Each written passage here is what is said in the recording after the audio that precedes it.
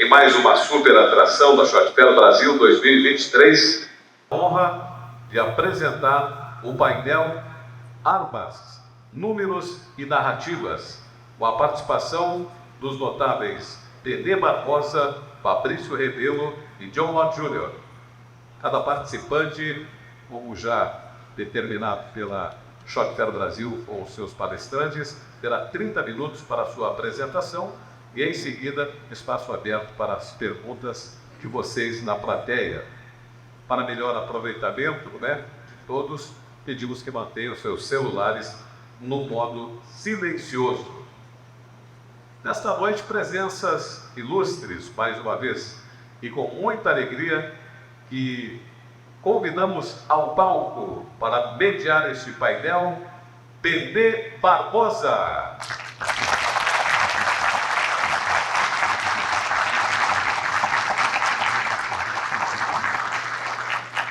Bene é um dos principais nomes da defesa do direito do uso de porte de armas no Brasil.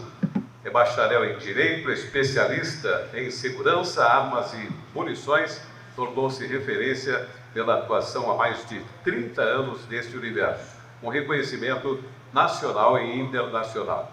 É debatedor, palestrante, escritor e autor de 2 best-sellers: Mentiram para mim sobre o desarmamento e Sobre armas, leis e loucos. Nesta noite de presenças ilustres, convidamos ao palco o jurista, jornalista e escritor Fabrício Rebelo.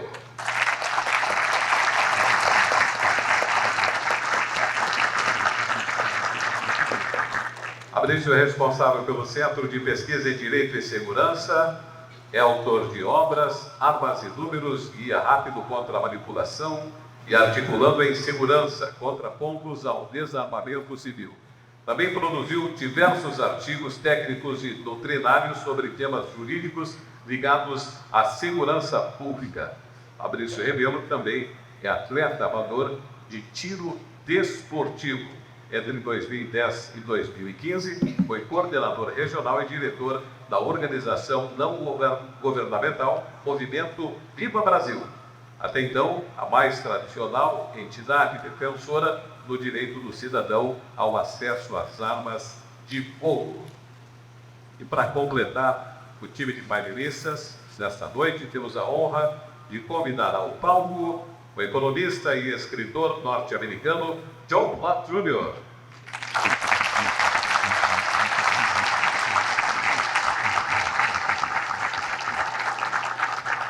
Pelo segundo ano consecutivo na Short Fair Brasil, John Lott Jr. prestigia o nosso evento com a sua presença. Referência mundial na defesa do uso de armas. É considerado um ícone para quem valoriza o direito de liberdade. Durante o governo de Donald Trump, John Lott Jr. atuou como consultor sênior de pesquisa e estatística no Escritório de Programas de Justiça e no Escritório de Política Jurídica do Departamento de Justiça dos Estados Unidos da América.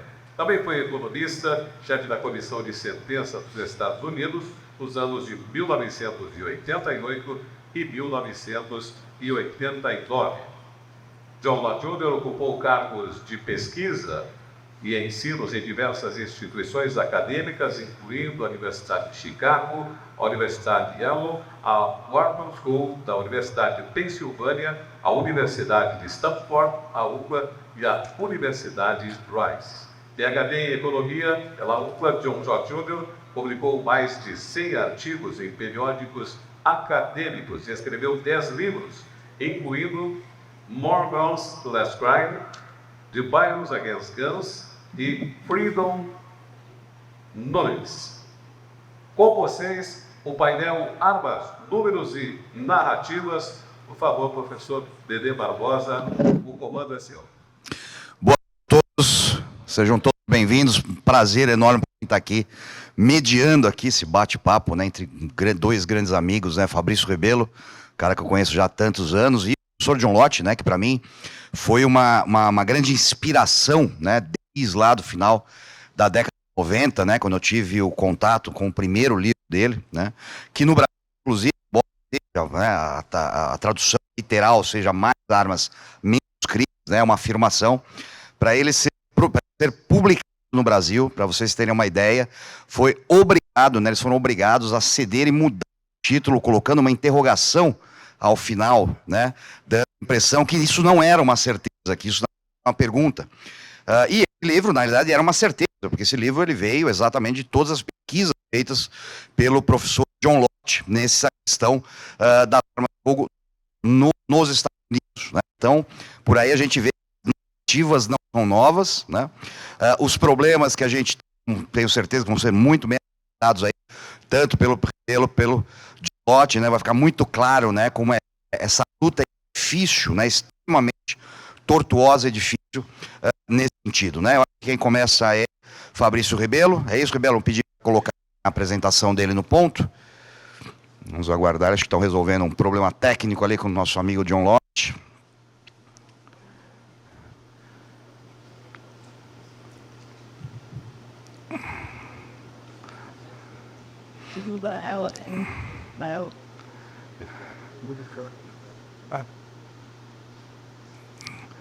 Apresentação do Fabrício, por favor. Vamos lá, senhor Rebelo, o senhor tem 30 minutos aí. Boa noite, pessoal. Muito obrigado pela presença. Para mim é uma grande honra participar hoje aqui desse painel. Eu acho que, como queriam os mais novos, é aqui o painel para zerar a vida. Eu acho que eu devia estar embaixo, os senhores aplaudindo minhas grandes referências aqui na questão das armas, meu amigo pessoal, Bene, meu mentor, que aprendi imensamente nesse cenário de discussão sobre armas. E acho que a referência para todos nós, simplesmente é o maior nome do mundo nessa questão das armas de fogo, né, do professor John Lott.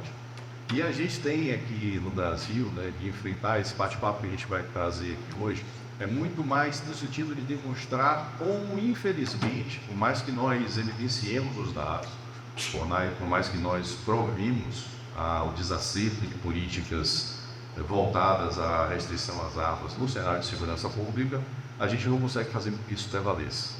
A gente, infelizmente, vê o predomínio das narrativas aqui no Brasil. Como o Bene muito bem falou, isso foi um fato curiosíssimo que ele falou agora, porque ele não viu a apresentação, e o início da apresentação é justamente mostrando que o livro que virou isso, o Mais Armas, Menos Crimes, ele foi abrasileirado, ganhando justamente aquela interrogaçãozinha lá no fundo, né, como o Bene acabou de colocar, que é justamente o primeiro indício formal que nós tivemos aqui no Brasil de que não seria fácil tratar desse assunto. Então, nós não teríamos facilidade para tratar disso, porque aqui imperava desde sempre um mantra de que mais armas implicam mais crimes. Isso era, até hoje, a narrativa matriz. Até hoje, quando nós discutimos no decreto mais recente, o decreto agora de 2023, a gente vê toda a mídia dizendo rigorosamente a mesma coisa. Mais armas restritas, vamos banir as armas para que os crimes caiam. E parece se esquecer de que nós temos um experimento brasileiro que é quase laboratorial. Eu digo isso já há bastante tempo, porque poucos países no mundo têm um histórico na legislação sobre armas com fases tão absolutamente definidas, com regulamentações tão próprias quanto o Brasil. Então a gente tem um cenário que é extremamente rico para a pesquisa em relação aos efeitos das políticas de controle de armas. E isso aqui, que muitas vezes é trazido como uma tese, como algo provado, isso não passa de uma hipótese. O que a gente tem aqui é uma hipótese. E como é que a gente vai testar essa hipótese? Como é que se faz o teste de hipótese dentro do método científico de pesquisa em segurança pública? Confrontando isso com as estatísticas. A gente tem no Brasil, ontem eu conversava com o professor John Lott e ele demonstrava a sua preocupação quanto às fontes dos nossos dados. Infelizmente, a gente tem aqui no Brasil fontes variáveis para tratar a mesma coisa. Nós temos uma fonte de dados, que é a fonte oficial, que é o DataSuite, o nosso banco de dados oficial que está lá, que não é fácil pesquisar, é um trabalho de gaipagem que tem que ser feito ali dentro, sobrepondo diversos filtros até chegar na informação que se quer. mas é o único oficial, é o único, qualquer um de nós que queira chegar agora, dizer, olha, deixa eu ver quais são os homicídios do ano tal, está lá, e se eu quiser saber quais foram os homicídios praticados com arma de fogo, eu vou saber isso lá. Então, é o único banco de dados oficial. Fora disso, a gente tem as ONGs, Fórum Brasileiro de Segurança Pública, Fórum da Paz, tem estudos da imprensa contra a violência, e que são explorados conforme a conveniência de quem vai divulgar esses dados. Infelizmente, a nossa realidade é essa. No CEPEG, eu foco o trabalho exclusivamente com os números por data suíça. E isso os faz pagar o preço, são números que demoram um pouco mais para serem atualizados. Os números de data suíça, normalmente, eles são divulgados na versão preliminar 10 meses após o ano de ocorrência e só são consolidados 15 meses depois. Portanto, que hoje no data suíça a gente só tem os dados marcados até 2021, consolidados até 2021, mas é um único banco de dados, repito, que a gente pode conferir. Está aberto para todo mundo, não tem metodologia diferente a cada Secretaria de Segurança Pública, é o registro de óbito. Cada óbito registrado vai no sistema do Ministério da Saúde, é lançado nesse banco de dados. E aqui no Brasil, a gente tem, ao longo desse período, fases que são absolutamente distintas. Nós temos uma realidade, e aqui eu usei como marco o ano de 1980, palestra de Bene ontem, ele falava em um intervalo bem maior, né, vindo lá desde a década de 30, mas eu concentrei aqui em 1980, que é quando começa o histórico de acompanhamento do próprio data suíça. Então, se a gente vai usar o data suíça como base, a gente tem períodos absolutamente distintos. 1980 a 1996 é uma realidade, de 1997 a 2003 é outra realidade, de 2004 a 2018 totalmente diferente. Totalmente diferente não, é um recrudescimento do período anterior. Aí nós temos uma total inversão, 2019 a 2022, e agora em 2023 essa realidade que todos nós estamos vivendo. Com licença, senhor, por ficar em pé, que eu fico mais olhando mais aqui, eu ando melhor. O que é que a gente tinha de 1980 até 1996? Uma legislação permissiva. Armas faziam parte do cotidiano do cidadão. Portar arma de fogo sem autorização não era crime, não se tinha uma consequência. Eu lembro bem, né, eu com 19 anos, comecei a tomar conta das fazendas da família, e eu viajava para a fazenda, e aí quando eu saía de casa, meu pai perguntava, pegou o revólver? O revólver é dele. Não tinha, eu não tinha nem idade, era 21 anos, não tinha, e não dava nada. Culturalmente isso era completamente aceito. As armas faziam parte do nosso cotidiano, e havia, embora os registros não fossem sequer obrigatórios, eles só se tornam obrigatórios em 1997, com a criação do SINAR, havia cerca de 8 milhões de armas registradas entre os civis. Era uma época em que se comprava arma, e lógico, loja de departamento vendia arma. Você tinha lá os balcões, eu gostava de ir lá olhando, ainda sem idade para isso. E a gente tinha, né, como alguns atrativos, né, isso aqui muitos não vão identificar, mas esse primeiro slide aqui é do lançamento do Miura Saga, em 1988. É um carro extremamente tecnológico e tinha como um dos grandes atrativos um folder na porta. A porta do carro tinha lugar para se colocar a arma. Se vocês procurarem esse vídeo no YouTube, vocês vão achar o repórter, inclusive, entusiasmado, né? Que ótimo, tem aqui já um lugar nos dias de hoje, isso é bastante necessário. Ali uma capanga masculina com um coldre. Se não me engano, ele é o senso humano, não era? Não é ele não, parece muito, mas não é não. Aqui, então essa é a realidade que a gente tinha nesse período. Em 1997, tem a Lei 9437 que muda radicalmente o nosso cenário. Ela cria o SINAR, Sistema Nacional de Armas. E ao criar o SINAR, ela torna todos os registros de arma obrigatórios, traz a ideia da efetiva necessidade para o porte de arma. Quem tiver curiosidade de pesquisar de onde vem isso, tem um livro muito bom, O Bigodista e o Desarmamento, Hitler e o Desarmamento, vai ver lá como é que surge essa ideia de efetiva necessidade. Isso é trazido para o Brasil com essa lei. E cria-se os crimes de posse e porte ilegal de arma de fogo. E aqui é o que torna essa lei o marco inicial desarmamentista brasileiro. A gente é acostumado a ouvir que isso começou com o Estatuto do Desarmamento, que a gente combate o Estatuto do Desarmamento, mas a lei que é o marco na virada da concepção sobre as armas no Brasil é a lei número 437. Ele é o marco desarmamentista que a gente tem. Por que isso? Porque o que faz uma lei ser cumprida? A parte penal que ela traz. Se eu dissesse assim, olha, hoje na palestra na Shot Fair, tem que vir do de amarelo. Mas quem não veio de amarelo entrou.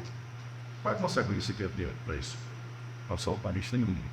Ninguém vai deixar para cumprir por conta disso. Mas se eu digo, ó, na porta, se você não tiver de amarelo, você não entra, você só vai entrar. Se você quiser entrar, você vai vir de amarelo. Então, o que o cara faz, o que essa lei fez, lá em 1997, foi dizer, olha, se você agora portar arma sem autorização, ou tiver a posse de arma sem autorização, você vai ser preso. E é aí que se cria a força cogente de uma política desarmamentista. De não deixa de fazer alguma coisa, porque senão ele vai ser responsabilizado por isso. E esse marco, ele é, evidentemente, ignorado, e a gente vai ver já por quê.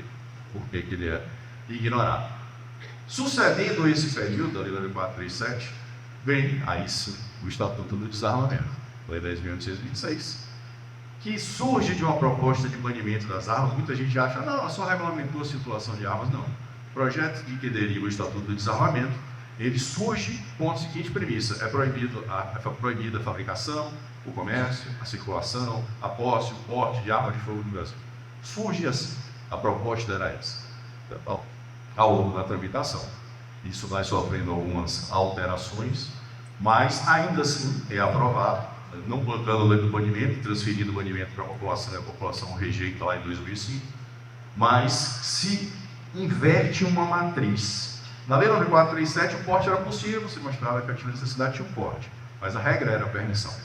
Aqui, a regra passa a ser a proibição. O artigo 6º do Estatuto é proibido o porte de arma em todo o território nacional. Excepcionalissimamente, talvez, se você comprovar muito a sua efetiva necessidade, você pode ter acesso ao porte. Então, inverte essa matriz em relação ao porte, reforça os crimes, destrincha. Lá na lei 437 era tudo junto.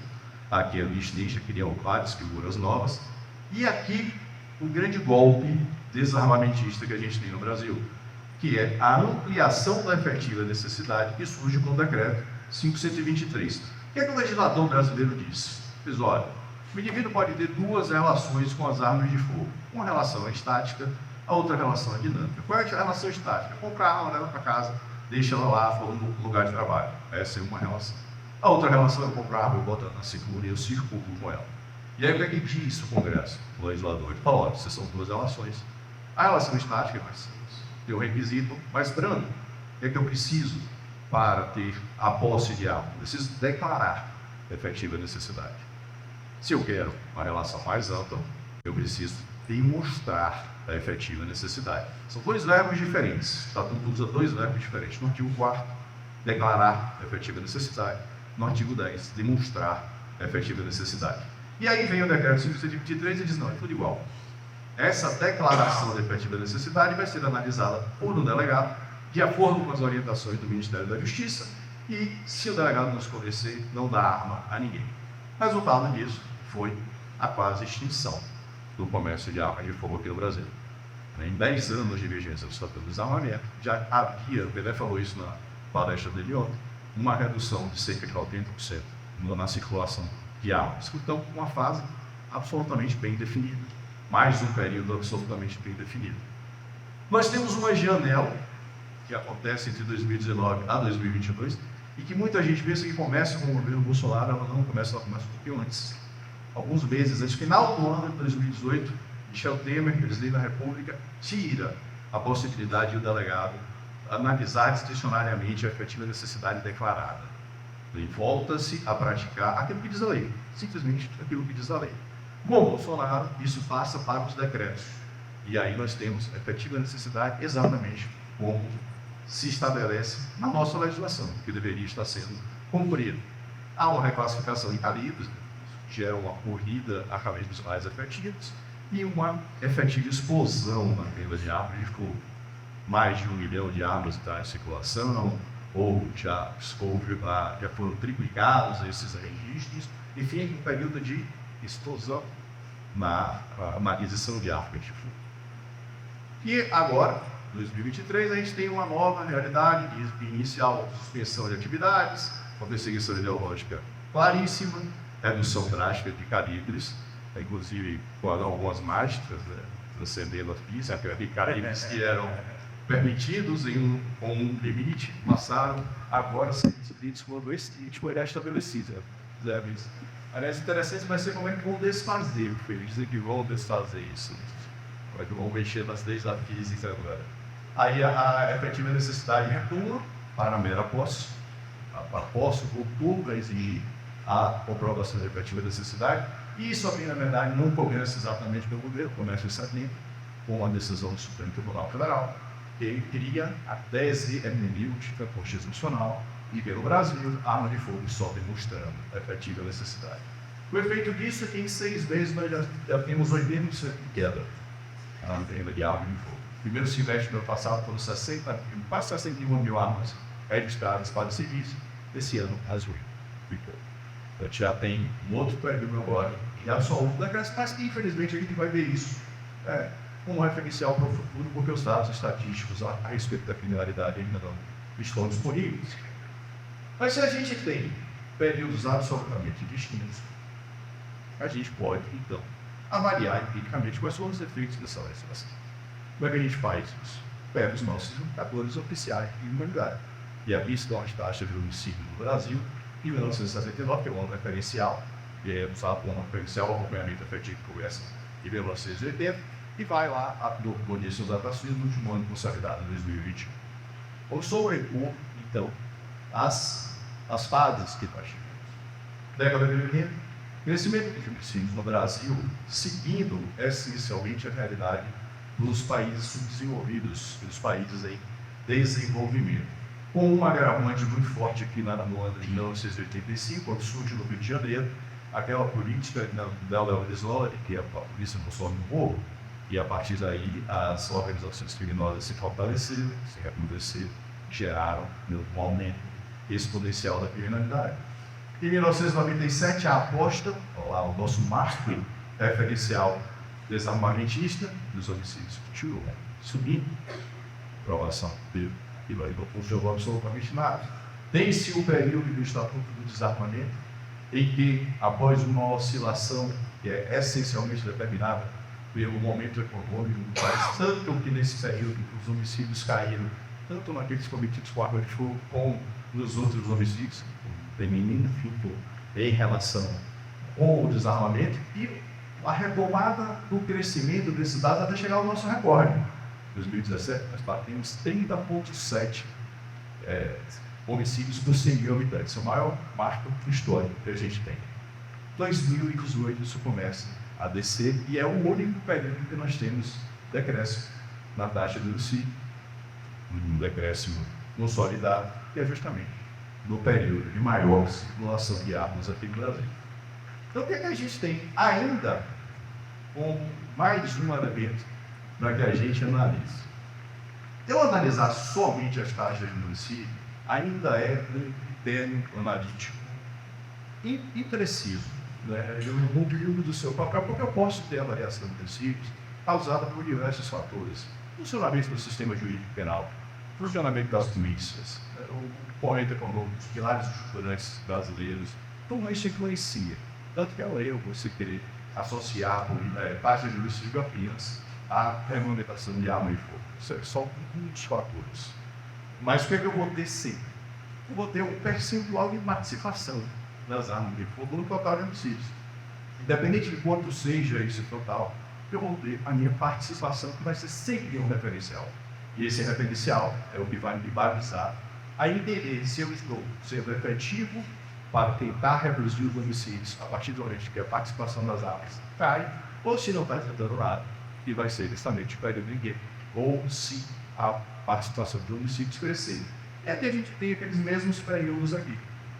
De 1980 até 1996, a arma de fogo respondiam por aproximadamente 50% dos homicídios no Brasil, 49,95%. E o último ano referencial nosso é um ano que chega quase a 60%. Lembra? 59% é o último ano. E aí vem uma aposta lá, lembram? Na Lei 407, criminalizou a posse, o porte legal de arma, que é o marco que nós temos, isso só vai subir. Isso começa a escalar lá no 59, vai terminar em 70% de participação das armas de fogo nos homicídios, fechando o período sob a lei da 437, que em 66%. Veio o estatuto do desarmamento, olha só, sobe ainda mais. As armas continuam aumentando a sua participação nos homicídios, e aquele lá, o último dado de 70% chega em 2017 a 74% dos homicídios brasileiros praticados com armas de fogo. Mas, na média, 72,42%. E o único período que há um decréscimo, olha só, é justamente o período de 2019 a 2021. Ela chega a 70% em 2019, que é um percentual que não havia sido registrado desde 2002, desde antes do desarmamento, portanto, e que é o primeiro intervalo que a gente tem com a redução. Então, diante desses números somados, fonte oficial de informação, conclusão empírica que a gente chega, o desarmamento foi integralmente ineficaz para a redução da violência homicida brasileira. Repito, são dados, são números oficiais que estão revelando isso. E aí vocês perguntam, pô, mas se está tão claro assim, por que a gente não consegue mostrar isso para o mundo? Por que as pessoas não olham isso aqui? Pô, não funcionou. Porque na hora que a gente evidencia isso, surge o chamado de socorro como poderia ser pior. É o argumento infalível. Ah, foi ruim, não funcionou, mas se não fosse, o desarmamento seria pior. E é aí o socorro que eles fazem quase como uma vida no multiverso. A gente tem os filmes do cinema, explorar esse universo, já tem que explorar isso no tempo. O Brasil faz a estatística dos não-walks. O único país no mundo que faz a estatística dos não-walks. Você podia ter morrido assassinado. Não foi, opa, foi o desarmamento que ele salvou. Está vendo aí que funciona? Eles fazem isso. Isso veio traduzindo uma coisa que montava um apoio do Ministério da Justiça. Foi o mapa da violência, lá em 2016. O que é que eles fizeram? E aí, eu tenho um pouco de vergonha para explicar isso, mas vamos lá. Eles projetaram o crescimento do homicídio do Brasil. Se não dizer errado, eles projetaram o crescimento de homicídios no Brasil. Disseram que os homicídios cresciam num ritmo de 7,8% ao ano. E aí pegaram esse crescimento e projetaram para os anos seguintes. E aí o que eles diziam? Eram esperadas, por esse crescimento, 38.578 homicídios ou mortes. Como só foram 34.187, o desarmamento salvou 4.391 pessoas. É o argumento que eles trazem aqui para a gente como absoluta prova de que o desarmamento funciona. Isso vem traduzido nesse gráfico. Todo mundo já viu também. Ali em cima, eles têm a projeção dos municípios e aqui embaixo o número real. E o intervalo aqui é o número que foi salvo. Se salvou aqui graças ao desarmamento. Um erro aqui de reprodução, porque se a gente considerar uma projeção percentual de forma, isso resultaria em uma parábola. Mas não vamos esquecer. Deixa aí, vamos dizer que isso aqui está certo. E aí a gente vem com a questão que não era sempre. Isso funciona bem. O intervalo foi bonito. Você olha assim, a projeção, número real, salvou gente para caramba. Vamos aumentar essa projeção. Vamos fazer assim, ó, beleza, vamos pegar os 7,8% e ver o que acontece. Eu estou dizendo que tem que fazer assim, dessa forma. Agora, esse ano, 2023, seríamos um país com 162.204 de homicídios só com arma de fogo. Se alguém consegue perceber isso, não sei. 2048, passaríamos de 1 milhão de homicídios com arma de fogo.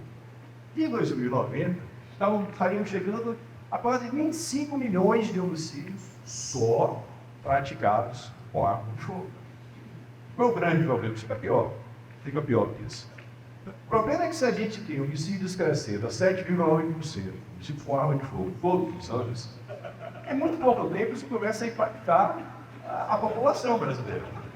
A gente tem uma população sendo impactada nisso. A gente tem o ritmo de crescimento dos homicídios 7,8%, o IBGE calcula que a população cresce a 0,8% ao ano, já com a tendência de queda a partir de 2030. Então vamos prezar isso. E o que aconteceria? Com tanto homicídio, quando a gente chegasse aqui de 2056 para 2057, a população começaria a decrescer. Só graças aos homicídios com arma de fogo. E aí, quando a gente chegasse ali em 2090, dos quase 25 milhões de homicídios que deveríamos ter, a gente só teria 18 milhões de pessoas no Brasil. Ficaríamos devendo 6 milhões de dinheiro. Alguém ia ter que morrer 2 vezes. Quando eu disse, não, é a conclusão simples. Em 2090, o povo brasileiro estaria extinto. Pronto. É essa a conclusão que essa projeção chega. E o último morreria de um tiro acidental. A primeira vez que eu postei isso aqui, né? A internet falou, não, alguém teria que ficar vivo. Aí ele prisão. Ah, meu negócio tão demoníaco que é a última fé de dinheiro.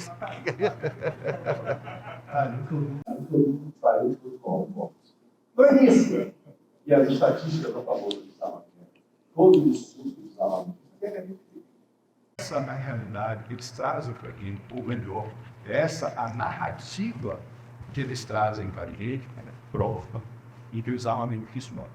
Agora a gente acredita que dessa aula, a gente se deixa levar por esse discurso, é nisso aqui. E eles devem acreditar.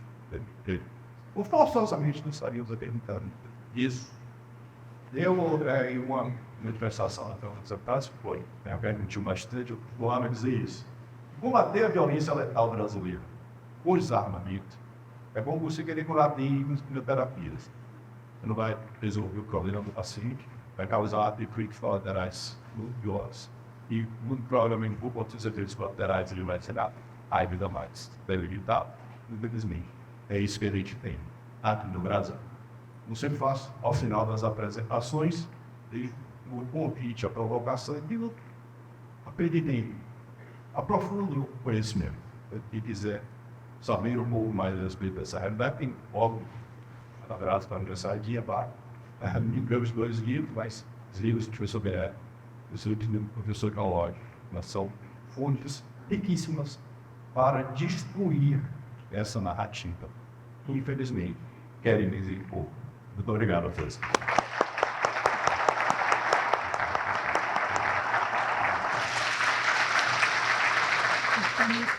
Muito obrigado, Rebelo.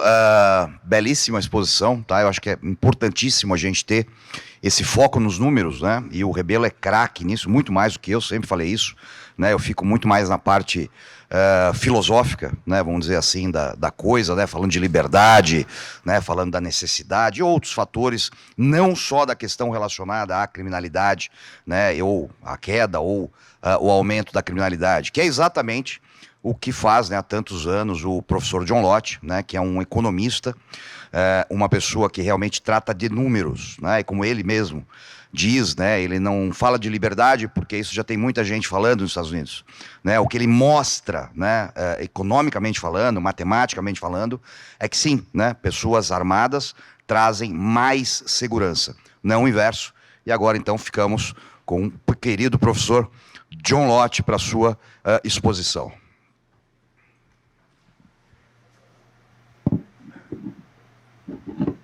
Well, thanks very much for inviting me. I greatly appreciate it. I'm not really sure when I'm supposed to end because I do numbers, and we just went through a lot of numbers that we'll try to adjust on the slide a little bit here. So I learned something very interesting last time, and that is only 90% of homicides in Brazil are solved by police, and not even all of those result in arrest. And then only 3% go to trial, and only 2% result in the conviction. And so, if you murder somebody, there's apparently a 1 in 50 chance that you're going to get punished as a result of that. It's not really rocket science. I mean, if you make something less costly, people do more of it. Price of animals go up, people buy fewer animals. If the price of animals go down, people buy more animals. And it's the same for criminals.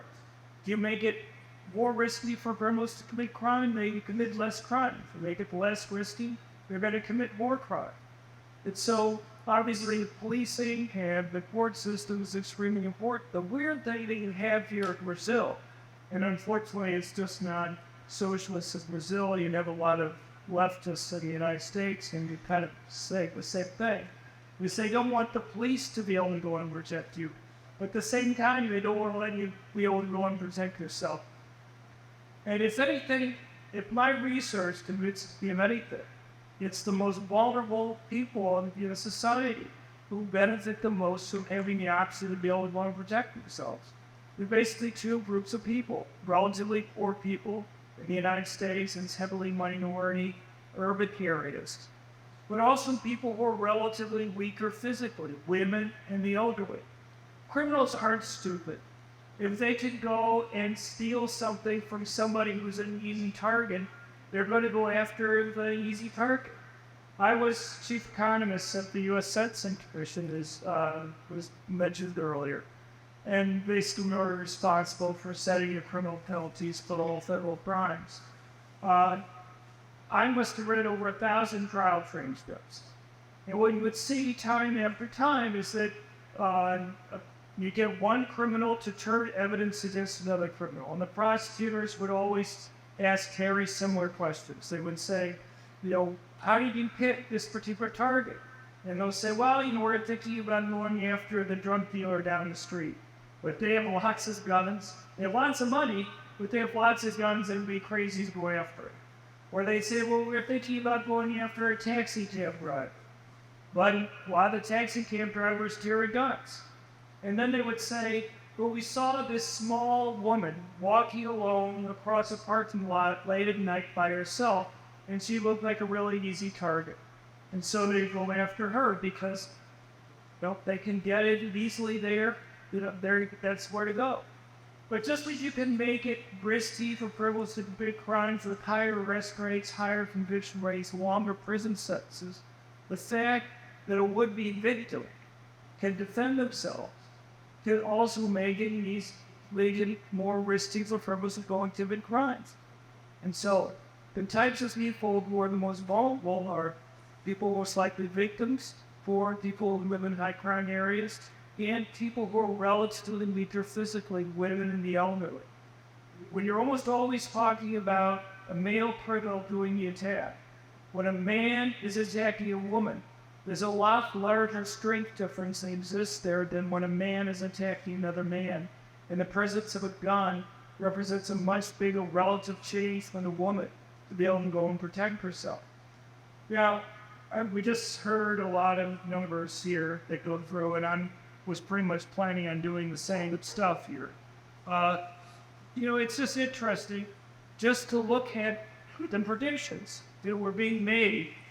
He went through one test that we had worldwide media was focusing on Bolsonaro and the types of campaign promises he was making and the predictions as to what was going to happen if he got his way with regard to that. So here's something from Bloomberg News. Here's a simple fact defined by worldwide research. For Bolsonaro to consider more guns means more deaths by guns, whether by homicide, accident, or suicide. A study of Brazil's state of Sao Paulo, for instance, found that 1% increase in the number of guns in circulation resulted in a 2% decrease in homicides. Or you have this from National Public Radio in the United States. And so just one thing just to think about, what happens in Brazil isn't just affecting Brazil. People around the world are paying attention to what happens in Brazil. It kind of, with the big drop in homicides that were just being talked about that occurred after these changes, the worldwide media has been trying to spin explanations for why people should ignore it because they were building this up as a disaster that was going to occur. Newly elected Brazilian President Bolsonaro is supremely confident he can reduce violent crime, a core pillar of his election campaign, but his proposal to dismantle national gun laws is precisely the wrong way of doing it. These are like news articles. These aren't opinion pieces. These are news articles that you see from around the world. I could go through more of the other ones from The Economist. which is a worldwide publication. You see other things here. This is from The Guardian, making pretty much similar statements, fueling fears among experts and campaigners that such moves were again to already shocking levels of violence. Here's one from the New York Times. Bolsonaro's promise to ease gun regulation is worrying some experts who argue that more guns will fuel more violence. And here's something from 2019, but critics of the president's approach have warned that guns are not the answer to reducing violent crime in a country where a record high 63,000 homicides took place in 2017, where the most recent year data is available. But it's not just that. Even in 2022, you have something here. This is from the Washington Post, a major newspaper in the United States. Research consistently shows that when private gun ownership goes up, killings follow. Every 1% increase in firearm ownership is associated with a 0.6% increase in overall homicide rates and a 0.9% increase in firearm homicide rates, according to Daniel Webster, professor at Johns Hopkins Bloomberg School of Public Health. And I could go on. There are dozens and dozens of these things. So just to give you an example, so we have some of the claims. Let's just take this one here. Every 1% increase in firearm ownership is associated with a 0.6% increase in overall homicides. Well, one of the things that was pointed out is kind of the weirdness with the numbers of Brazil. I work with lots of different country data. I don't think I've ever seen the same country produce so many different numbers for different facts. So like you look at how gun ownership has changed, I can find like 3 different government measures for what the gun ownership licenses were in each year. And there are big differences across these numbers. You got differences in homicide rates. I can find at least 3 different measures for it. And the problem is that these gaps are so large that you can almost get any result you want sometimes. And it really, you would think, can you count the number of homicides in your country?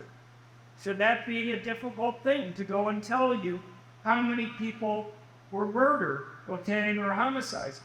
And as I say, I've looked at data for lots of countries. I don't think I've ever seen as much noise in the data as I see here in Brazil, whether it's like developed countries or undeveloped countries with regard to that. When you can see, so one set of statistics for license ownership from government sources was that there were 117,000 licensed firearm owners in Brazil in 2018. And in 2022, there were 783,000. So that's a 569% increase. So if you believe that, okay, you got a 500, let's say 600% increase, just to round it off. That would be in a 360% increase in homicides that they were predicting. These are still claims that they're making this last December, that there's this relationship in Brazil. You would think they would say, okay, I just had this huge increase. I don't think homicides increased by 360%. So it'd go from 27 per 100,000. It would be over 100 per 100,000 if they had that type of change. Obviously, that didn't happen. It was just pointed out. It fell, though. It depends on what numbers you pick there. It'd be by 34%, just going from 2018 to 2021. So as I mentioned, there's this real problem with accuracy in the numbers. It just seems like if you're going to have a debate, so just in 2021, the numbers I found one government source that said it was 48,000, another government source put it at 41,000, another government source put it at 37,000 homicides. These are big differences, guys, in the numbers there. And so this is kind of using one set of estimates that change. This is another set, and I can show you a third. So obviously, Lula's had some huge changes here. Bans on gun sales and ammunition, ban on concealed carry. Obviously, these have changed a little bit over time. reduce the number of guns that people can legally own. And I guess as of a couple weeks ago, he was putting out the first changes in the licensing rules that were there. So this is what I did. I showed you all these quotes from worldwide media predicting the disaster under Bolsonaro, and I could show you equal numbers of ones that were showing under Lula you're going to have nirvana occur because they're going to get rid of the guns, and so everybody's going to be safe out in Brazil. This is an aside, but I saw the prosecutor last night, who I guess had prosecuted something like 130 homicide cases, and he said, in that one case of the homicide cases that he had, did the person legally own the gun that was being used? So, the problem that you face is that criminals still get guns. Law-abiding citizens are the ones who obey these rules. And you have to worry that we can actually have the wrong effect. So what I did was, you have all these left-wing academics in the United States. I mentioned Dan Webster and one of the poets earlier, who the media goes to all the time. They're the experts that they want to throw. And so I went to 13 of these very common gun control academics. I said, you guys think that what's happening in Brazil is great. I'll make you up that. If the homicide rate goes up, I pay you $1,000. If it goes down, you pay me $1,000. These guys make pretty strong claims. Did you believe Daniel Webster's quote that I just showed you from the Washington Post? You should think this is an easy bet to go and get, right? He wouldn't bet me. In fact, he wouldn't even respond to me. None of these 13 guys were willing to accept my bet that was there. Now why do I do this? One of the reasons why I do this is that people can always kind of come up with rationalizations afterwards. So like in the case of Brazil here, one of the things that you see is that, well, the population paid during the period from 2018 to 2021 or 2022. And that's true. The population between ages 18 and 29, that percentage of the population did fall a little bit during that period of time. Well, let me ask you a question. Do you think people in 2018 could realize that the first age group between 12 and 29 was going to decline a little bit? Or was it just they discovered in 2022 that the population was getting older? It's not like people are born in age 12, right? You kind of know people that are in the pipeline and they're going to be getting the next birthday coming up. It's not like you just are surprised, boy, we have a lot fewer people at age 11 than I thought we did a year ago.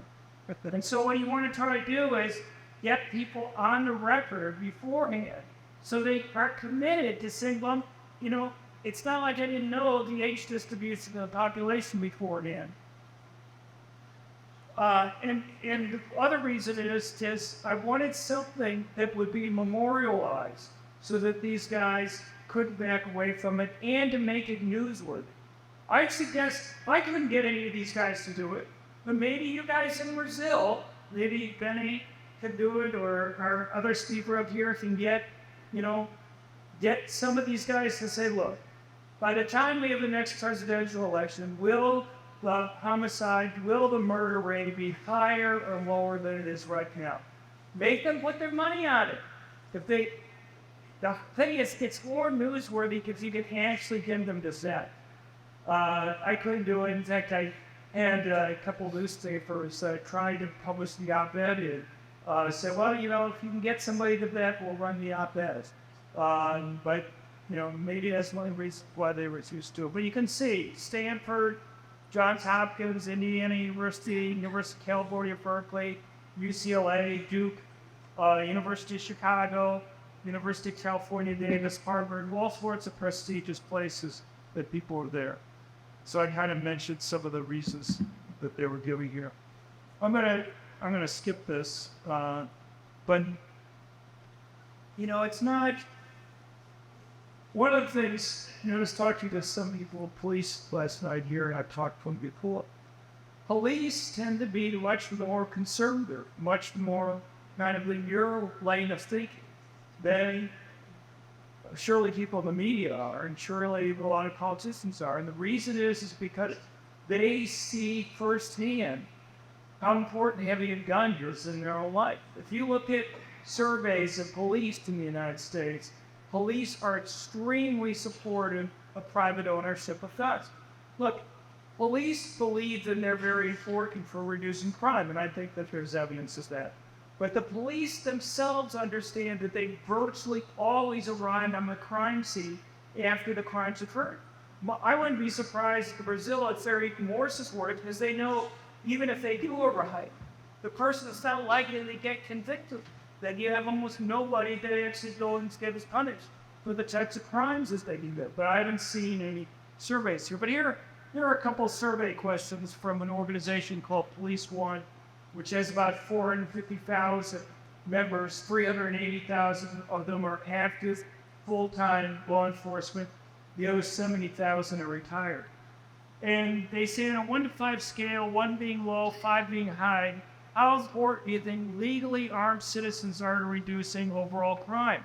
And basically, about 55% say it's extremely important, 22% say it's very important, and all these say it's important to some degree. But you get an idea here that you have like about 77% thinks it's either extremely important or very important to reducing crime. And this is a few years ago, but considering particulars of recent tragedies like Newtown and Aurora, what level of impact do you think a legally armed citizen could have made? Choose a statement that you feel is most accurate. 80% thinks it would have reduced it, okay? And then you have a few more percent that think that it would have at least stayed the same. And so you have about, for 86%, another 6% said it can be avoided altogether. Those are huge numbers. I'm just going to go through one thing quickly here, and that is, and I think this is relevant for the types of experiment that we're being faced with right now as Lula. And that is, can you name me one place in the world, any place in the world, that stated either all guns or all handguns and see murder rates go down? Because I can't. Okay? Every single place with either all guns or all handguns is in there, murder rates go up, and they go up by a large amount. And, so in the United States, we've tried this in a couple places. We tried this in Chicago, in D.C. and Chicago. Here's D.C.'s murder rates relative to the other 48 largest cities. Their handgun ban went into effect in February 1977. D.C.'s murder rate was falling relative to other cities up until the point where they had the ban, and then it went up. And it stayed high and ended up being about 80% higher by the end of the period. And this is for Chicago. This is Chicago's murder rate relative to the other 9 largest cities in the United States. Chicago's murder rate was falling very consistently right up until their ban went into effect in November 1982. And at that point, it stopped falling, basically started to rise after that. Now, in the United States, gun control advocates will tell you, well, that's not a fair test. They have. And the reason why they'll say that is because unless you ban guns every place in the country, people could still get guns from Maryland or Virginia or from the rest of Illinois or Indiana. There are a couple problems with that. One, if they really thought it was going to fail, it would have been nice if they kind of told us before the law was passed, if they thought it was going to not work, okay? The other thing is, that doesn't really explain why the murder rate rose. It may explain why it didn't fall as much as people were predicting. Because criminals supposedly could have gotten guns from these other places to begin with. But there's a third thing here, and that is there are whole nations that have banned guns. Whole island nations, which don't even have a neighbor to go and blame, that have banned guns. And yet you see the same pattern every single time. I'll just show you a couple graphs for some island nations. And so this is Ireland. Ireland's gun ban went into effect in 1972. You can see their murder rate was bouncing around right up until then. And as soon as the ban went into effect, their murder rate went up, stayed very high afterwards. Now, people are going to say some of this stuff is drug gang related, and there's no doubt about that. But even if we remove the drug gang heavy violence is there, it's still much higher than it was before. And the drug gang stuff is not irrelevant, as I'll talk about in a minute. Here's Jamaica. Jamaica's ban went into effect in 1975. Jamaica's murder rate was actually very similar to the murder rate in the United States right up until its ban went into effect, and then it rose. Now here's some political violence that was occurring here, and over here is some drug gang violence. But even taking those out, it was still much higher afterwards than it was before. But the thing is, saying you can take away drug gang violence really isn't a serious thing. Because drug gangs, it's not like a drug gang can go to the police and say, you know, this other gang stole my drugs. Can you help us get them back? All right? So what happens is that the drug gangs go and set up their own little militaries in order to protect their valuable property.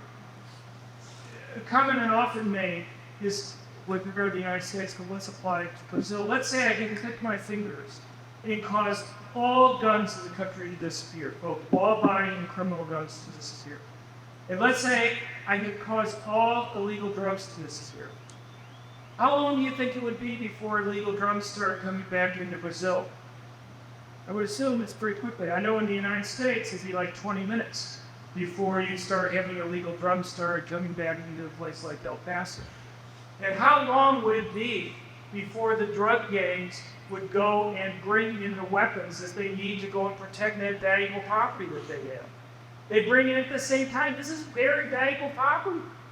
If you're not protecting them, somebody's going to steal it from you, and they're going to go and sell it. And the thing is, not only do drug gangs have both drugs and guns, so they can make money selling drugs, but if they have weapons that other people want, they'll make money selling the weapons. In the United States, a major source of illegal guns in the United States are drug gangs. I bet it's the same thing that occurs here in Brazil. And so you may not have the drug gang problem that we have in the United States, but it's going to be just as difficult trying to control it. And here's something for Britain. Britain banned handguns in January 1997. You could see the huge increase that occurred over the next 10 years, and then it started to fall. By the time you get to about 17 years out, it's about the same as it was prior to the ban. Now, why did it peak there? Is it just a 9-year delay before you start seeing the benefits of a gun ban? No. What happened was you had a huge increase in the number of police. Basically, within just a 2-year period of time here, you had a 14% increase in the number of police officers right at that time where you see the peak, 21 and 22, right there. That's exactly where you see that's exactly where you see the increase in the number of police officers. Over a 4-year period of time, you had an 18% increase in the number of police. So what's the bottom line here? The bottom line here, and this applies to gun control laws generally, not just the type of effective bans that we're talking about here in Brazil. And that is when you pass a law, you have to be careful that it's not the most law-abiding good citizens who obey the law. They're not the ones you have to worry about. They're not the ones who are committing crimes, but yet they're the ones that you're going to be taking the guns primarily away from. If you may take a few guns away from the criminals, but if you're primarily taking guns away from the most law-abiding good citizen, what have you done? You made it relatively easier for criminals to go and commit crimes because they're not going to have to worry about their victims being able to go and defend themselves. I'll leave you with one other statistic. We have something called hot burglaries that occur. These are burglaries that occur while the residents are in the dwelling. In the United States, we have this from multiple countries. I don't know the numbers for Brazil, but maybe because guys as priests know. But compare the United States to, let's say, the United Kingdom. The UK has twice the burglary rate that the United States has. But more than that, 13% of burglaries in the United States occur while the residents are in the house. In the UK, it's about 60% of the burglaries occur while the residents are at home. Now, there's one other piece of information I'll give you. These different countries do surveys of burglars who are in jail to kind of ask them all sorts of questions. And one of the questions that they've asked across these different countries is, how long do you spend what they call casing a home, looking around before you break in the United States versus the burglars in the UK? It turns out American burglars spend about twice as long checking out the house before they break in. Now, why do you think that is?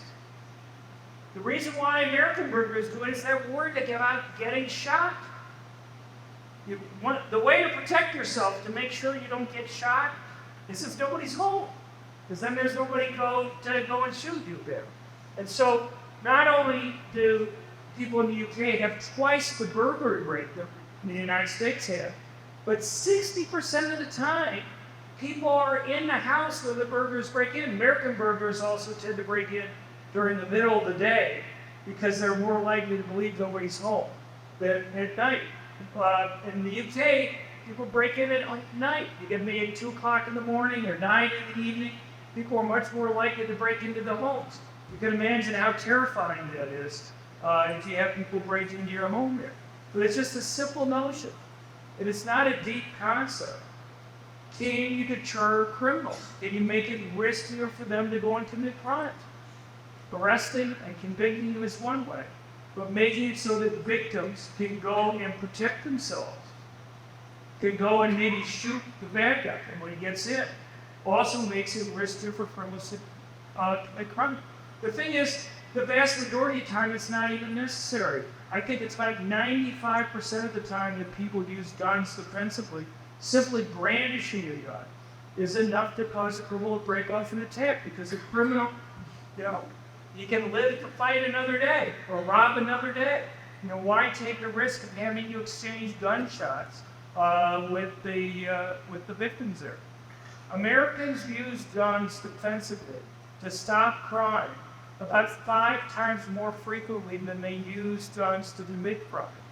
But the thing is, both lists would never know. You have huge media bias here in Brazil. We have huge media bias in the United States. You can go and do news searches, and we've done this. In 2021, we did a deep dive on defensive gun use and crimes with guns. I'll just give you a couple of quick facts. If you look at the 5 largest newspapers in the United States, USA Today, the Wall Street Journal, New York Times, the Los Angeles Times, and Washington Post, between those 5 outlets, they had over 2,700 news stories about crimes committed with guns. Over that same period of time, they had 10 defensive gun use stories that they did.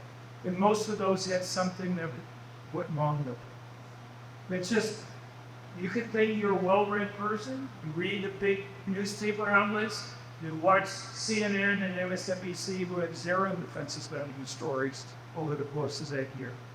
And you think, well, why not get rid of guns? Because all you hear about is bad things that happen. You don't hear about any of the benefits. Nobody who watches those or reads, thinks that they're well read in terms of the news, would have any clue that the evidence from the Department of Justice indicates that people use guns defensively 5 times more frequently to stop crime than they use to commit. And so it's not surprising that you have a lot of people who want bad guns, because that's all they hear. Bad things that happen and not of the benefits. And so you have to change that. Then the only way you can change that is by educating people. And what you need to do is write op-ed pieces. You need to go and contact media. It's in non-trivial text. I'm sure like one person here from the United States, Carrie, can tell you the battles that she's gone through, and I can tell you myself. I've probably written a few thousand op-ed pieces. And I've probably been on thousands of radio shows and stuff like that. It was kind of a never-ending fight there to try to get into even the mainstream media. But I wish you luck and kindness, and I'm happy to help, and I'm sure we all are. But, it's just, when you talk to people, the last thing I'll leave you with, it's a question of safety. It's a question of doing things that will save lives. Then if Lou Loudon isn't willing to go and fix the problem that they have with police, what, 2%? 2% of homicides result in the conviction. Okay, if he can't fix that, and I know he's not going to be able to fix that, then he has to explain why he's not going to let people be able to go and defend themselves. Anyway, I appreciate your time. Thank you very much.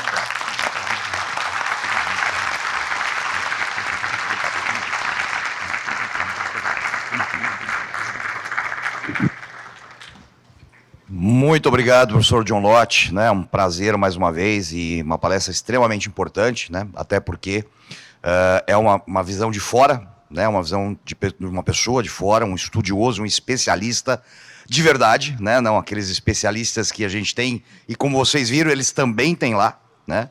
A questão da aposta, né? Quantas vezes nós tentamos fazer isso, né, Rebelo? De pagar a aposta, falar assim, não, eu aposto com você, né? A última vez que eu me lembro foi num debate com uma socióloga, debate numa rádio, né? Não me lembro o nome dela. O Bolsonaro tinha acabado de assumir, né? E falando da questão das armas, eu afirmei para ela, falei, olha, eu aposto com você, tá? Que a taxa, vai haver uma redução na taxa dos homicídios e não um aumento. Tá? E ela falou, tá bom, então vamos fazer. Eu falei, então tá bom. Então daqui a um ano, a gente volta aqui na rádio e volta a falar sobre esse tema. Vocês foram? Não, né? Nem ela. Óbvio. Né? Desapareceu. É claro, né? Porque a narrativa não pode combater os fatos. Né? O problema é exatamente quem tem a força da narrativa no Brasil, né? Como vocês viram. Nos Estados Unidos também não é muito diferente, embora ainda haja diferença gigantesca, né? A gente tem aí a imprensa como a grande motora dessas narrativas, né? E números são simplesmente desprezados, né? Tanto os feitos por especialistas como o professor John Lott nos Estados Unidos ou como Fabrício Rebelo aqui no Brasil. Tá? Nós vamos abrir então agora para perguntas, né? Nós vamos ter aí aproximadamente 20 minutos para perguntas, né? Eu acredito que eles vão passar o microfone, é isso? É isso, tá? Eu vou pedir, por favor, tá?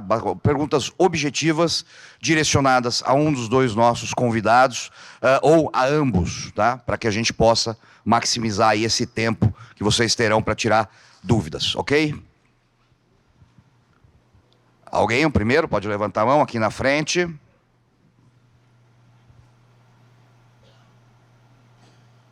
Boa noite, Bene. Boa noite, professor John Lott, Fabrício Rebelo.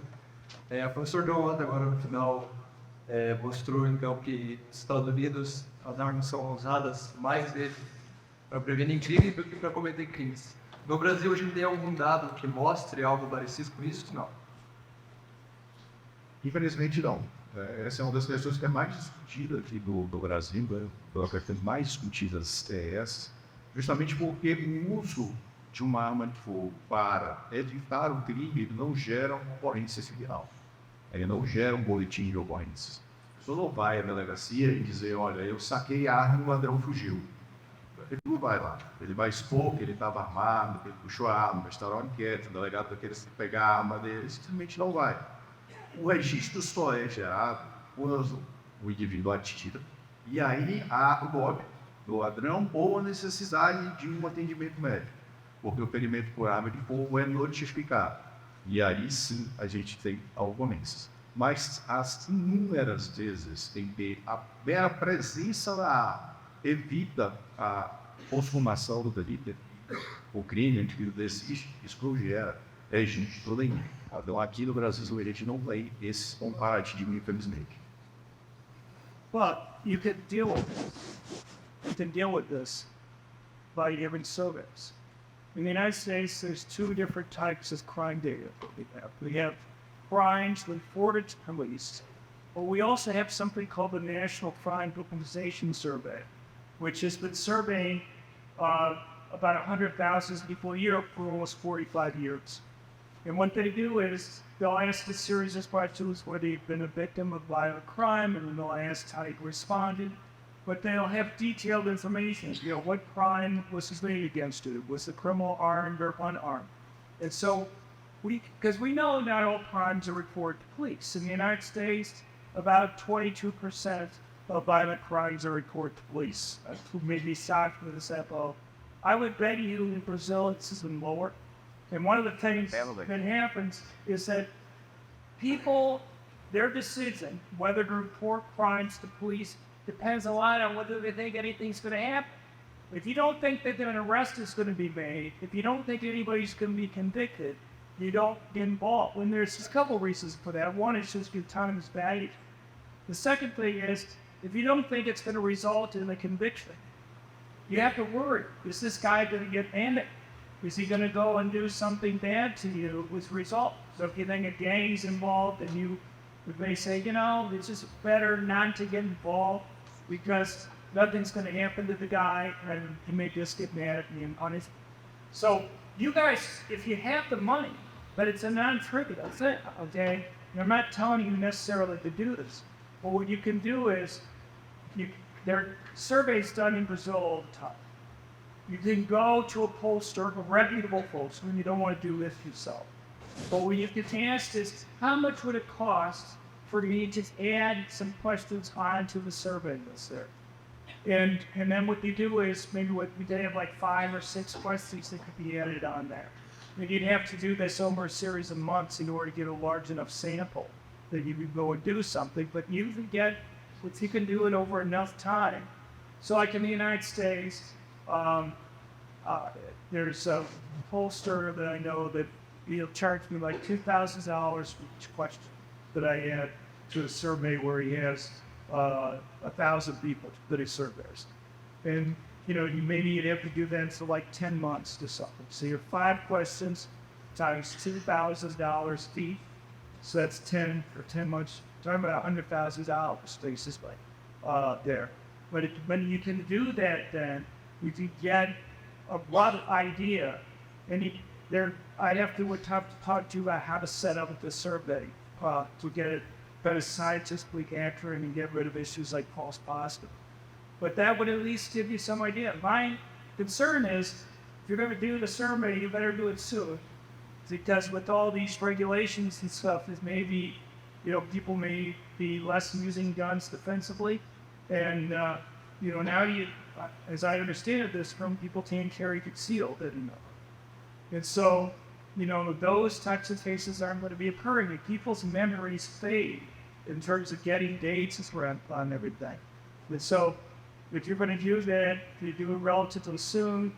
Do it for asking people about last year, and hopefully you get some information. And then you can compare it to, you know, you have done crimes that are reported to police, and you could compare it to that just to get an idea of kind of the ratio there in terms. Gostaria de fazer um adendo aqui até para o professor John Lott saber, né, os problemas que nós enfrentamos nesse sentido.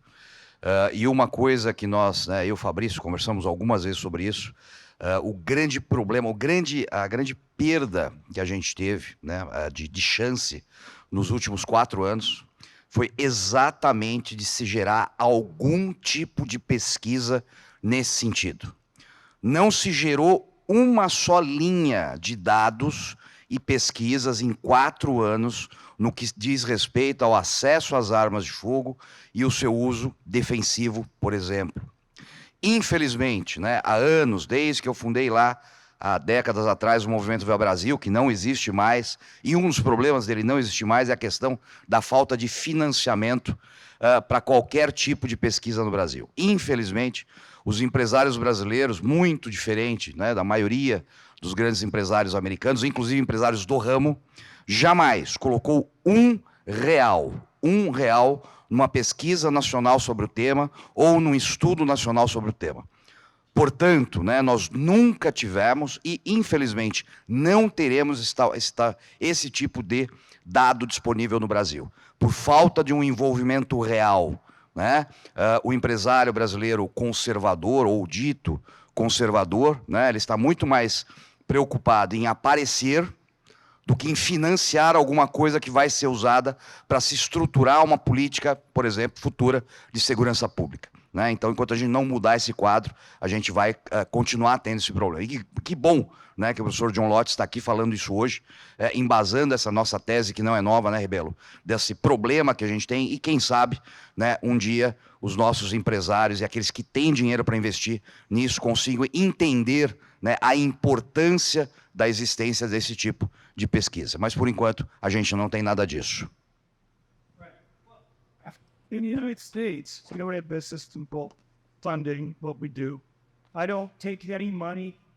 My Crime Prevention Research Center, we don't take $1 from anybody in the firearms industry. We don't take any money from the NRA. We don't take any money from anybody related to it. And there's a simple reason for that, and that is when I talk to the media, one of the first questions I very frequently get asked is, do you get money from the NRA or from a gun group? And I have to tell them no, because if I told them yes, then they wouldn't take me seriously. Now there's an asymmetry there, because somebody like Michael Bloomberg spends hundreds of millions of dollars each year on firearms research. Nobody asks them about that. But look, I pay for surveys. We do surveys if you read our website. And by the way, if you want to see our research, you can go to crimeresearch.org and you can sign up for our emails where we put out information on things, which I hope you'll find useful over time. But what you need to do is just give an email list. I mean, I don't know how many people you have on your email list. How many people do you have on your email list? Do you have an email list? Do you send out emails to people? São, hoje, aproximadamente, nós temos nas minhas redes sociais aí 1 milhão de pessoas. Well, I wish I had a radio solid. I wish I had 100,000 followers on social media. I wish I had 50,000.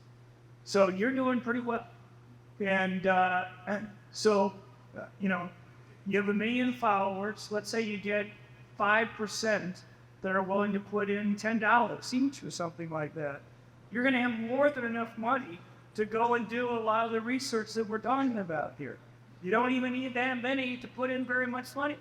And that's kind of the way I appraised it. Now, every once in a while, like, there are a couple of people that end up giving a large amount of money to me. So what I would do when I started was I would write a thank you note to anybody that would give us $50. And for a while, that was too much work to do. But there's this one guy, he gave me $50. I wrote him a thank you note.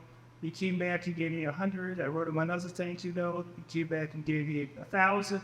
I wrote him another thank you note. He gave me 150,000. So, you know, it's just, he hadn't gotten thank you notes from anybody before. So I don't know if that's a great advice, but it's just, the point is, you have an amazing setup here. Okay, over 1 million followers here. You know, even if you have a tiny amount of money from each person, or even if most of them don't give, you could do a lot of research with that. You just have to convince people that you will produce something that's going to be valuable. You got a smart guy right here that can go and help out with some of the stuff, and I'm happy to help. And you know, Carrie here is happy to help too on stuff. She's with my organization. And there's a lot that can be done. You know, so part of the money I would go and I would do the research, and then I hire a PR person. But you guys know better how to spend your money than I do. Okay, you know the political battles. You know how difficult it is. All I would say is, they're experts that you can hire to help you to deal with different aspects of these problems that are here. And that's the advice that I would give. I just wish I had 1 million followers. So, you know, get emails. Ask people to give you emails, and then regularly put out, you know, an email blast, like once a month or once every 2 weeks or something, with some new work that you've done. Show the people that you can go and produce stuff. I've had people that have been on our email list. I only have 17,000 people on our email list. I wish I had 100,000 on it. But we've been able to raise hundreds of thousands of dollars by that. And, it's just, you'd be surprised. Even if people only give a small amount, it adds up in the end. Eu vou pedir para o Rebelo, né, falar um pouquinho sobre esse grande problema que a gente tem, né, com essa falta de vontade associativa que, no geral, o brasileiro tem, a dificuldade que isso gera, né, e o Rebelo passa por isso até hoje, já passou muito, então, por favor, Rebelo. Fiquei um pouco frustrado com a manifestação do professor John Lott, porque ao longo de, já no meu caso, já 2 décadas, Bené muito mais do que isso, nós tentamos de absolutamente tudo que nós conhecíamos para gerar algum tipo de engajamento e para produzir alguma coisa. E nós chegamos ao ponto de nós termos, durante o governo anterior, quando nós pensávamos que ia ser produzido alguma coisa, aí eu via deputados da nossa base irem para a rede social reproduzir os meus estudos. Então, o que eu fazia lá sozinho no CEPEX, eu precisando de alguém que campasse aquilo, vamos expandir isso aqui. O cara pegava um estudo meu, publicava aqui, agora. Não é disso que a gente precisa, a gente não consegue aqui no Brasil, ao longo desses anos de luta, um engajamento. O Viva Brasil passou por isso, o Bene passou por isso.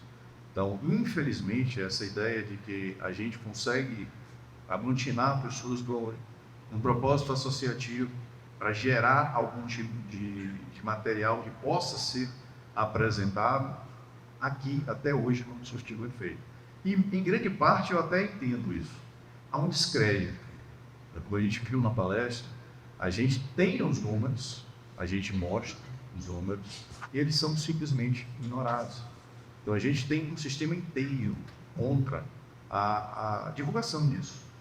Mesmo que a gente consiga fazer uma pesquisa dessa, o Fórum Brasileiro de Segurança Pública produz o anuário dele, e imediatamente, antes do lançamento, o press release dele vai para a mídia, e quando eles estão apresentando, a mídia inteira solta todos os resultados que eles querem. Por isso que são números distantes, de cada metodologia de um jeito, porque eles escolhem um nicho da avaliação que é favorável à narrativa para divulgar. E quando eles divulgam isso, a mídia em massa solta isso.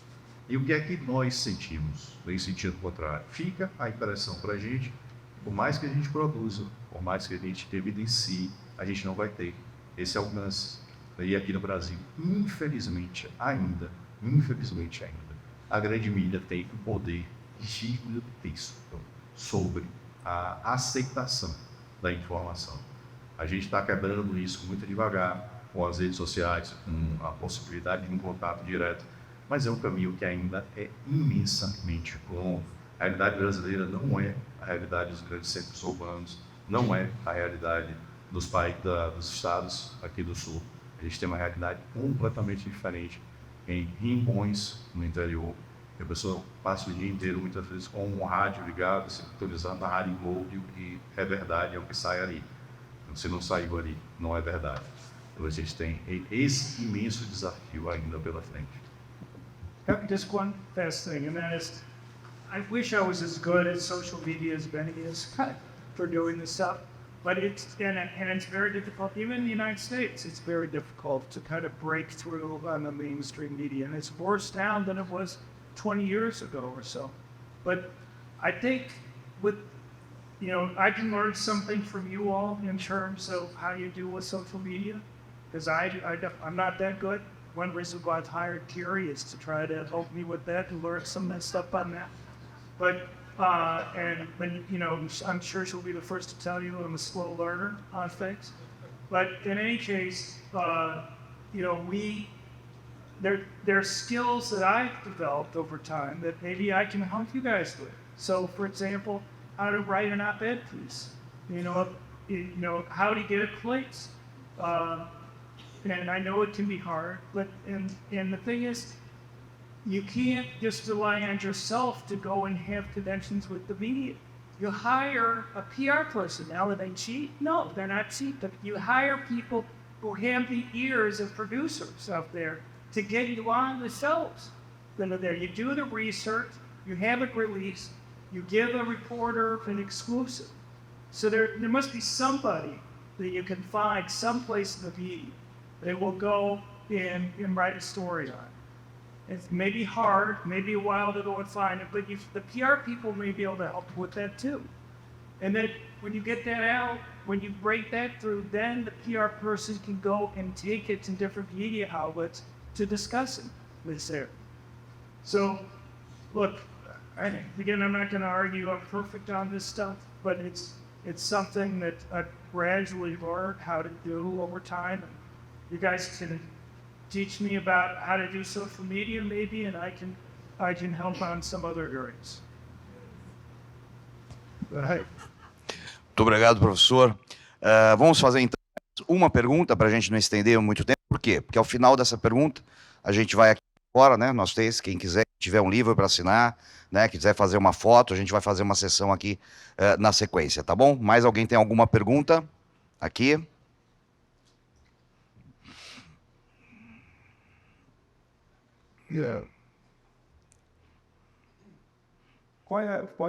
Existem dados assim, que mostrem como é a visão da polícia norte-americana sobre seria a favor ou contra o porte de armas por civis, mesmo a gente sabendo que há uma grande variação entre os estados, mas existe um dado geral assim, que mostre apoio ou repúdio pelos policiais dessa ideia? Isso, você está falando dos Estados Unidos ou do Brasil?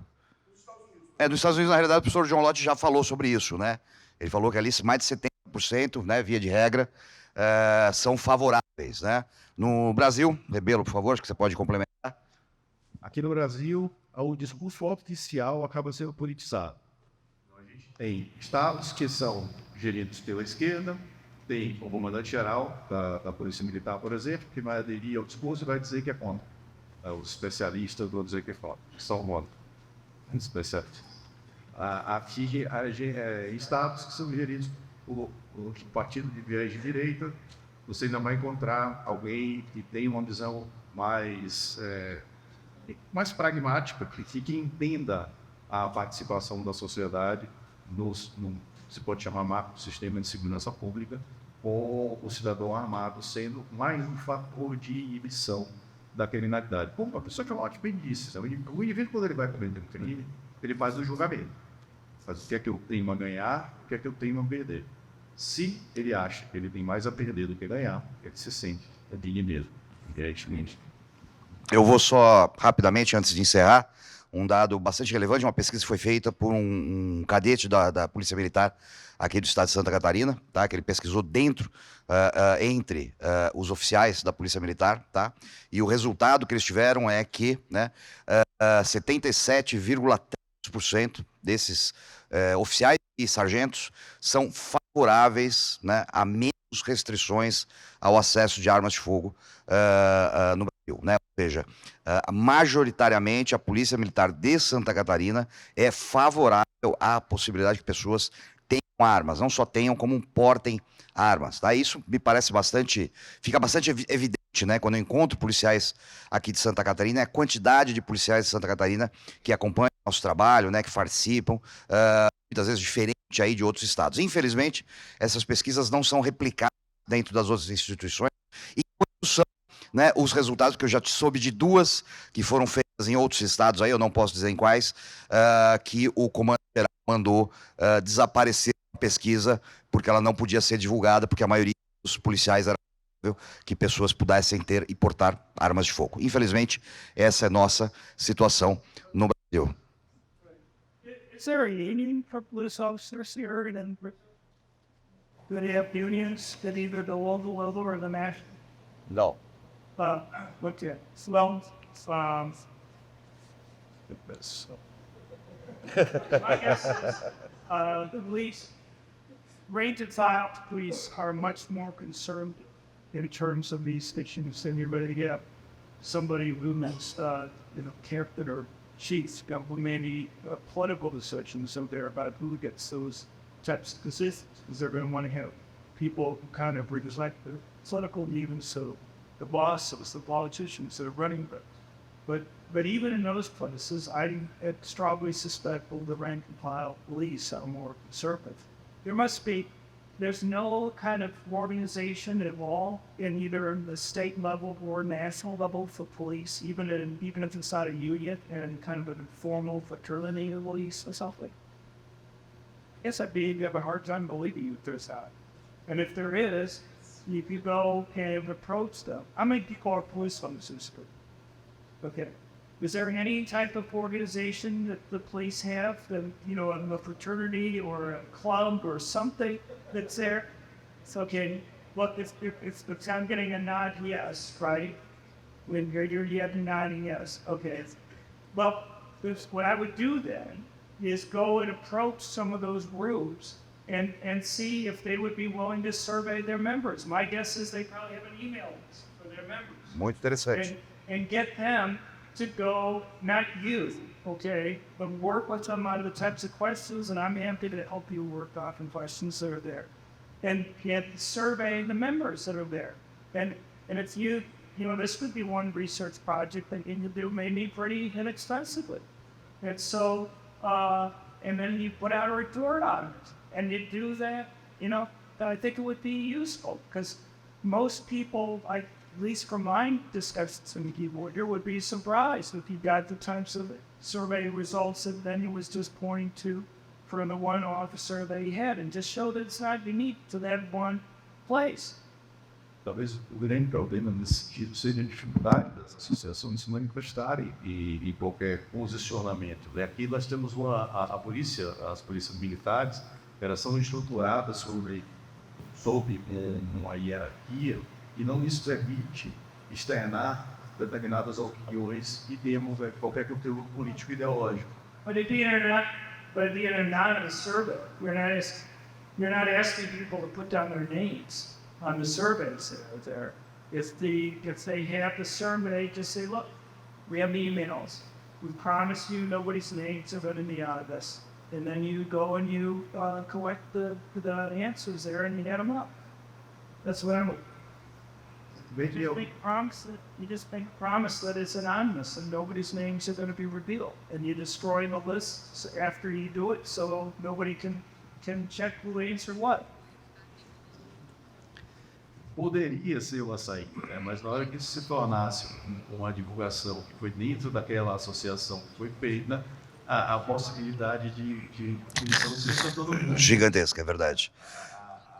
A sociedade tem sofrer ascensões por conta dessa estrutura. Então aqui é bastante complicado ainda. A gente tentar essa aproximação. É muito complexa, né, nossa situação toda. Vamos encerrando então. Eu gostaria de agradecer imensamente ao professor John Lott. É um prazer encontrá-lo novamente. E o que eu gostaria de deixar claro, tá? É a chance que nós perdemos há 4 anos atrás. Há 4 anos atrás, o professor John Lott se dispôs a ir gratuitamente para o Brasil, tá? Para debater esse assunto dentro do Congresso Nacional, para apresentar de forma mais completa as soluções, as proposições que ele está fazendo nesse momento. Ele é alguém que sabe do que está falando, porque ele fez isso a vida inteira, e ele não conseguiu a atenção de absolutamente ninguém dentro do Congresso Nacional. Ninguém. Quando eu disse ninguém, é ninguém, né? Isso foi simplesmente ignorado por todos os nossos políticos. Vou repetir, por todos os políticos, do executivo ao legislativo. Então perdemos uma grande chance.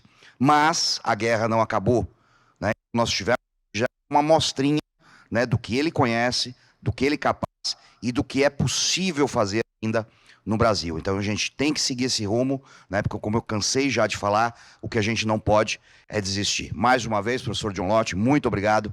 Rebelo, meu querido amigo, o bom baiano, muito obrigado a você, muito obrigado a todos vocês e muito obrigado por essa possibilidade.